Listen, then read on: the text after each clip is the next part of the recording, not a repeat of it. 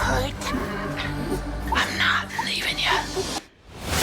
What are we gonna do? Simple as that. We have to make this work!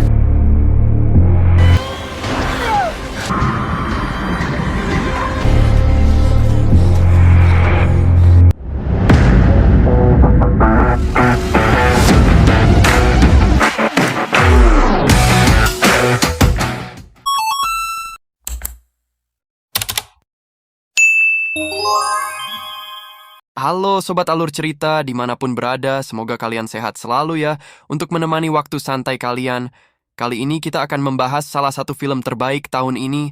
Oke, langsung saja. Diceritakan Beb adalah seorang janda yang telah ditinggalkan oleh suaminya, yang amat ia cintai. Beb pun berniat ingin menaburkan abu jenazah suaminya ke sebuah danau, di mana ia dan suaminya pertama kali berkencan. Romantis sekali si nenek ini ya sobat. Si nenek yang tipe sedikit bicara banyak bekerja pun langsung tancap gas menuju danau tersebut. Meskipun ketika itu badai salju tengah melanda, namun rasa cintanya yang masih membara membuat si nenek tetap mengendarai mobilnya. Peringatan cuaca ekstrim melalui radio yang ia dengar pun tidak ia hiraukan. Temperatures continue to drop.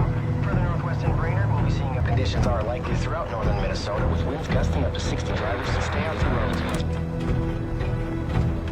Beb pun terus melanjutkan perjalanannya hingga ia sampai di lokasi sesuai peta. Namun ia tidak bisa melihat apa-apa, karena semua tempat telah diselimuti salju yang tebal.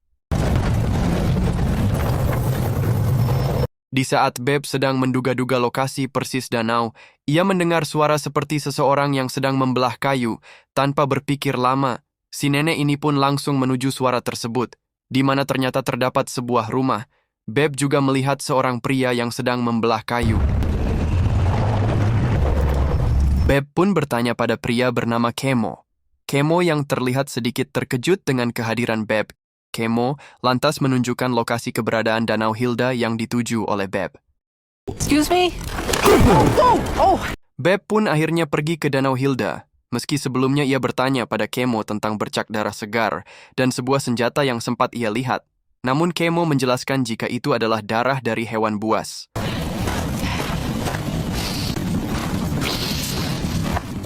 Sesampainya di lokasi Danau Hilda, Beb serasa kembali bernostalgia, mengingat masa lalunya dengan suaminya. Kala itu mereka memancing bersama, Beb pun mencoba mengulang kembali kenangannya, meski pada akhirnya Beb menjadi sedih karena ia kembali teringat akan suaminya.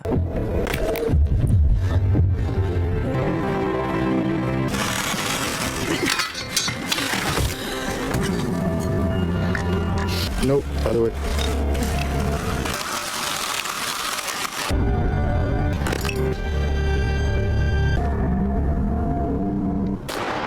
Namun saat sedang asik melamun, Beb tiba-tiba mendengar suara seperti tembakan. Beb juga menyaksikan seorang gadis yang sedang berlari untuk menyelamatkan diri dari kejaran seseorang. Dan ternyata, pria bersenjata yang mengejar gadis tersebut adalah Kemo. Yang tadi diajak berbincang oleh Beb, Kemo terlihat melumpuhkan gadis itu dengan sebuah tembakan. Menyadari jika nyawa gadis itu sedang dalam bahaya, si nenek mencoba menelpon polisi menggunakan HP kentangnya, namun sayang seribu sayang, ternyata tidak ada signal. Akhirnya Beb pun buru-buru mengemas barang-barangnya dan mengendarai mobilnya untuk meminta bantuan.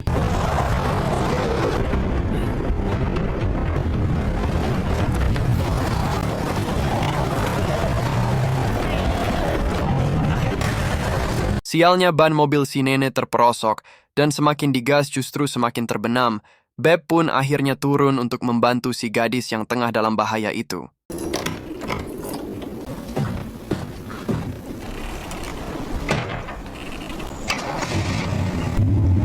Setelah melakukan pengintaian cukup lama, Beb pun melihat Kemo yang pergi dengan mobilnya, tidak ingin menyia-nyiakan kesempatan.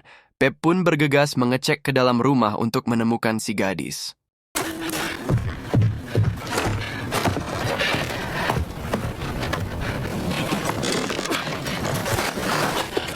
Beb pun menemukan lokasi penyekapan gadis itu, namun belum sempat ia melakukan apa-apa.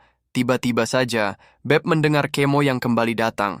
Kali ini ia tidak sendirian, melainkan bersama istrinya. Kita sebut saja si wanita ungu. Beb pun akhirnya hanya bisa menuliskan pesan pada gadis itu untuk menunggu.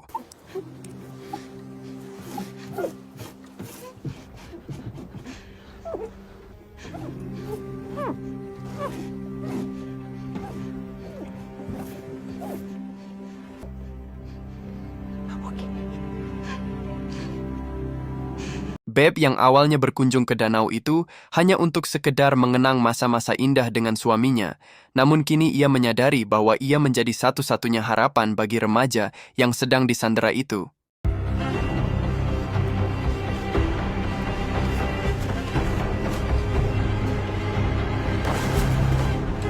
Sementara Beb yang sibuk dengan rencana aksinya, di tempat lain, si wanita ungu mengetahui jika ada seseorang yang telah menemukan keberadaan gadis yang mereka sekap.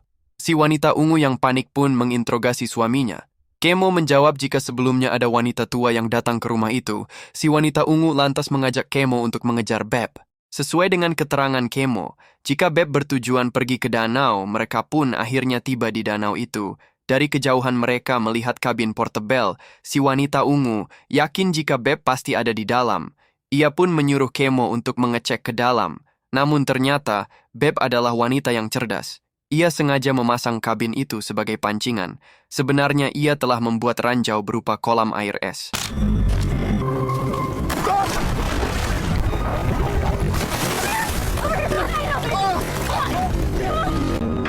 Melihat umpannya yang dimakan mangsa, Beb pun segera bergegas untuk menyelamatkan si gadis. Namun Beb yang kesusahan masuk ke lantai basement pun mendobrak pintunya, hingga ia pun terpelanting ke bawah. Beb pun mencoba melepaskan ikatan si gadis, namun ia tidak berhasil dikarenakan gadis itu diikat menggunakan rantai borgol. Beb pun meminta gadis yang diketahui bernama Leah itu untuk bersabar.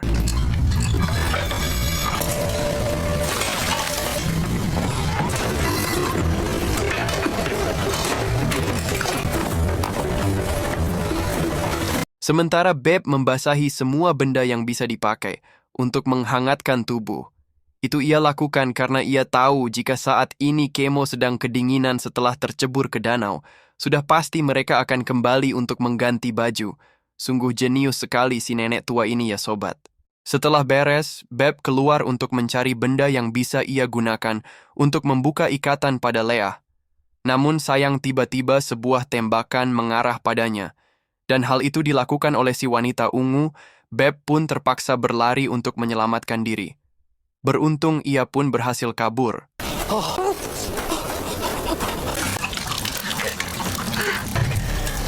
Si wanita ungu yang mendapati semua kain sudah dibasahi pun menjadi sangat kesal. Sementara Kemo yang basah kuyup merasa tubuhnya hampir membeku dan mengalami hipotermia. Bukannya segera membawa suaminya ke rumah sakit, si wanita ungu justru mengajak suaminya untuk segera melakukan tujuan utama mereka yang sesungguhnya, di mana si wanita ungu sebenarnya sedang mengalami penyakit akut yang membutuhkan transplantasi organ. Untuk itulah mereka menculik Leah dengan tujuan mengambil organnya, untuk selanjutnya akan ditransplantasi ke tubuh si wanita ungu, agar ia tetap hidup meskipun ia harus menghabisi nyawa gadis yang tidak bersalah.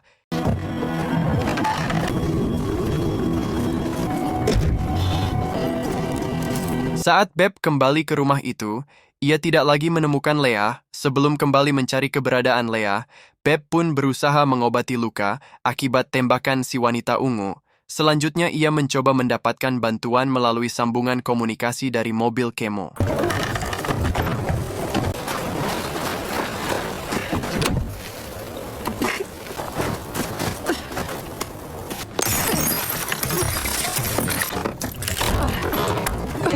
Anyone! Sure can't be as bad as all that. There's been a kidnapping, and I... Slow down there. Just... Namun tiba-tiba saja Kemo menyerangnya. Namun si nenek tangguh ini berhasil mengcounter si Kemo. Kemo yang terpojok karena terluka parah dan tidak berdaya pun mencoba memohon pada Beb untuk mengampuninya. Ia berkata bahwa semua yang terjadi bukanlah keinginannya melainkan istrinya. Namun sebagai pasukan suami-suami takut istri, Kemo tidak mampu melawan istrinya, si baju ungu yang sadis itu. Beb pun akhirnya luluh. Terlebih Kemo memberikan cincin pemberian suaminya yang sempat terjatuh. Beb pun mengizinkan Kemo untuk pergi ke rumah sakit demi menyelamatkan nyawanya.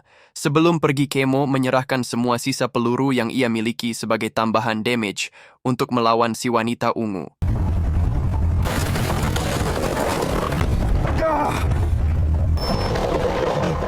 Kemo yang sedang berkendara dihadang mobil istrinya.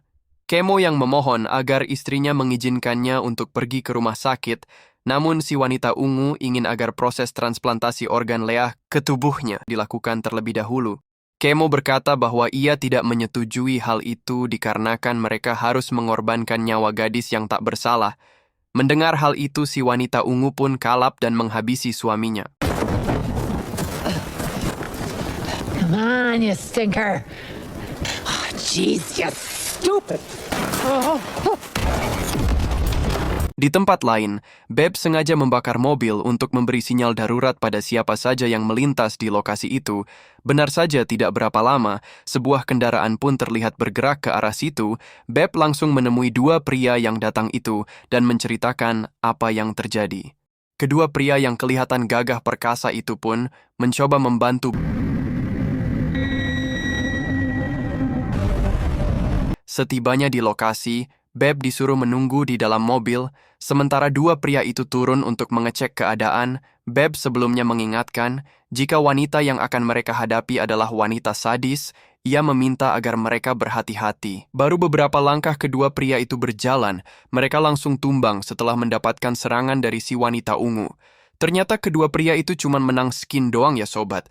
Belum apa-apa mereka sudah tumbang, merasa posisinya dalam bahaya. Beb mencoba mencari senjatanya.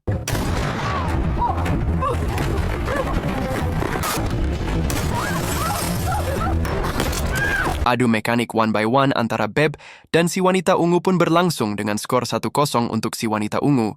Adegan selanjutnya menunjukkan Beb yang baru saja siuman dari pingsannya dengan posisinya yang kini berada bersama dengan Leah.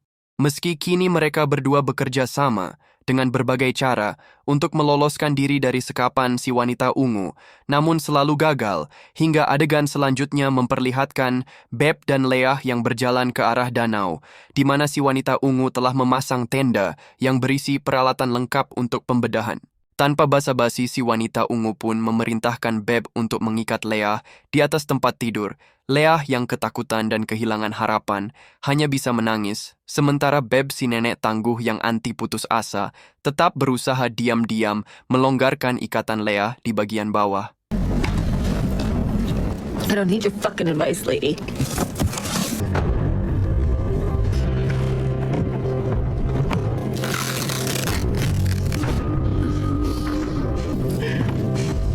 Setelah Beb selesai mengikat Leah, si wanita ungu yang tidak tahu terima kasih itu langsung menembak Beb. Selanjutnya si wanita ungu pun langsung melakukan proses pembedahan. Beruntung Beb ternyata masih hidup, ia pun langsung menyerang si wanita ungu. Duel antara mereka pun berlangsung cukup sengit, hingga pertarungan itu pun berlangsung hingga keluar tenda.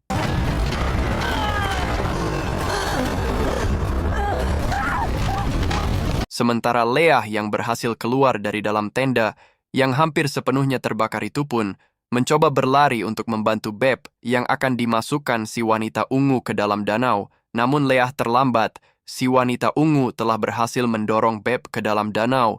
Namun tanpa disangka-sangka, Beb ternyata menarik kaki si wanita ungu hingga ia pun ikut tenggelam bersama Beb di dalam danau itu. Di dasar danau, Beb pun menghembuskan nafas terakhirnya bersama dengan abu jenazah suaminya yang ia bawa.